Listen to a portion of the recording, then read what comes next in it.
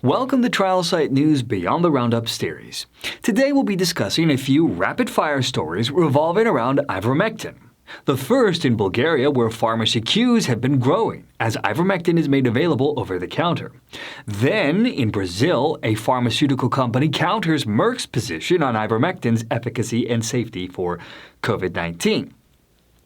And then finally, we'll talk about an opinion piece published in the Wall Street Journal, where a Johns Hopkins doctor believes the end of the pandemic is possible, due in large part to herd immunity.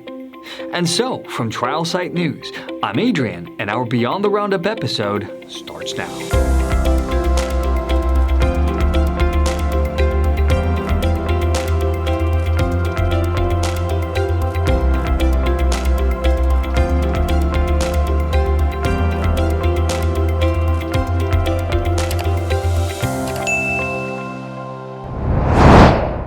The drug Huvemek, which contains the active ingredient ivermectin, is of great interest in hundreds of pharmacies across the country in Bulgaria. This, according to a BLIC reporter. Now, this happened just a few days after the medicine's executive agency allowed the drug to be sold free of charge. This means that yet another Balkan-based European Union nation has authorized ivermectin, at least on an emergency basis, for an early onset treatment for mild to moderate COVID-19. Now, we here at Trial Site News have reported that Slovakia and Macedonia have also authorized use of this generic drug to treat COVID-19 cases. Now, health authorities in Bulgaria have accepted the position that ivermectin has an exceptional effect when used in the early stages of treatment after infection of the coronavirus. It is no accident that luminaries then, under the direction of Associate Professor Georgy Popov and Professor Ivo Petrov, gave Huvemek a positive rating.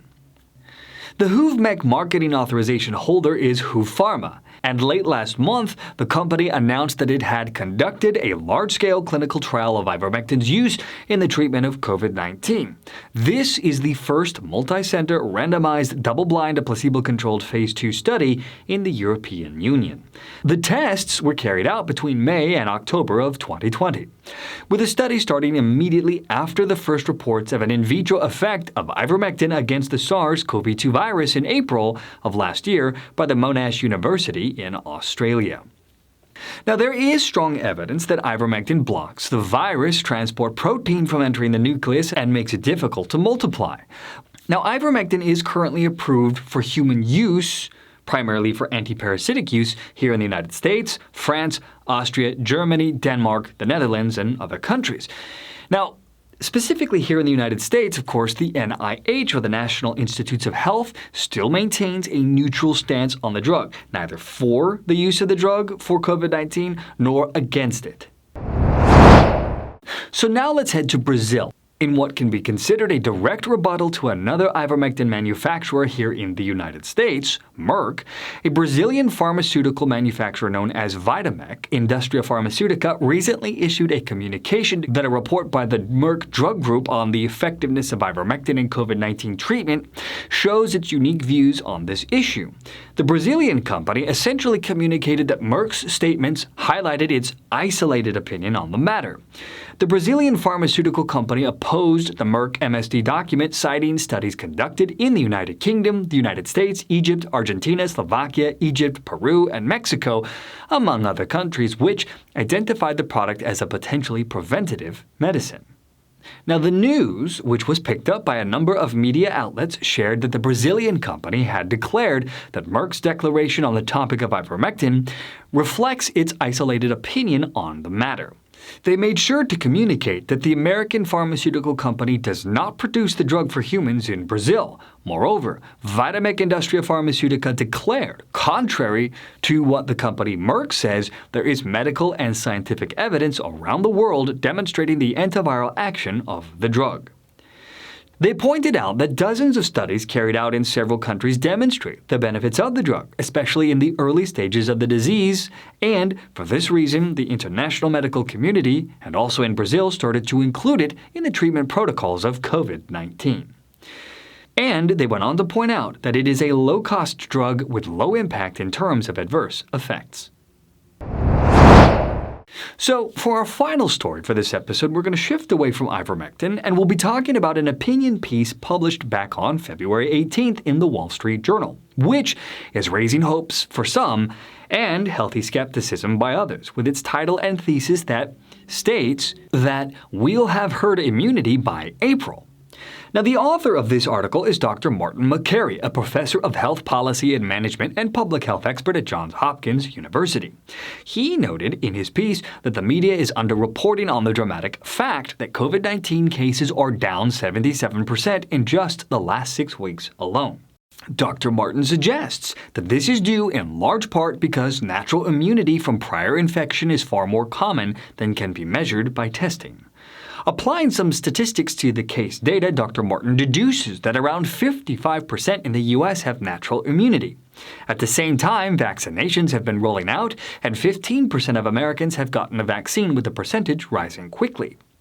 Now, based on these factors, Dr. Martin believes that there is reason to think that the country is racing towards an extremely low level of infection. As more people have been infected, most of whom have mild or no symptoms, there are fewer Americans left to be infected. Now, at the current trajectory, according to Dr. Martin, he expects COVID will be mostly gone by April, allowing Americans to resume normal life. So, researchers at Sweden's Karolinska Institute found that the percentage of people mounting a T-cell response after mild or asymptomatic COVID-19 infection consistently exceeded the percentage with detectable antibodies.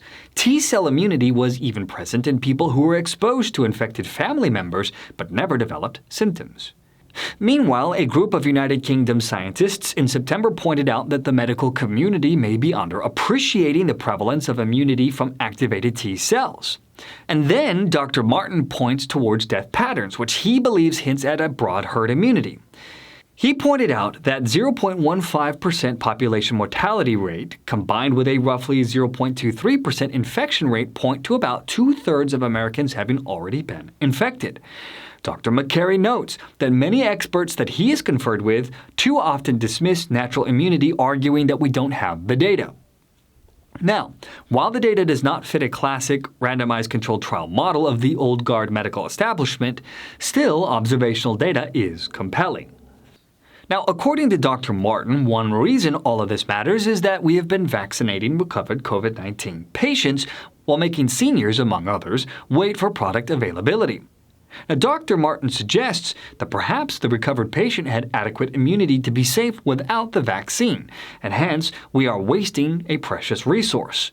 Reinfections, he points out, happens less than 1% of the time, and they result in mild cases. By Dr. Makary's figuring, the consistent and rapid decline in daily cases since January 8th can be explained only by natural immunity. Travel was relatively high over the holidays, yet that did not translate to more cases. And since vaccines take time to kick in, they don't count for the drastic drop either. Now, Dr. Martin's idea that COVID-19 will mostly be gone by April is founded on lab and mathematical data. Now, Dr. Martin went on to point out that a lot of public figures, be they experts, politicians, or journalists, shy away from talk of herd immunity based on political overtones of some suggestions that we let COVID-19 rest in peace to achieve herd immunity. Yet, herd immunity is the inevitable result of viral spread and vaccinations. When the chain of virus transmission has been broken in multiple places, it is harder for it to spread. And even nations with new variant, the UK, South Africa, and Brazil, are also seeing significant declines in daily new cases. Now, Dr. Martin went on to point out that we need to remember that some level of COVID-19 will likely persist for decades, and that we need to keep some focus on ongoing vaccination development for the newer variants. He said that as we encourage everyone to get a vaccine, we also need to reopen schools and society to limit the damage of closures and prolonged isolation.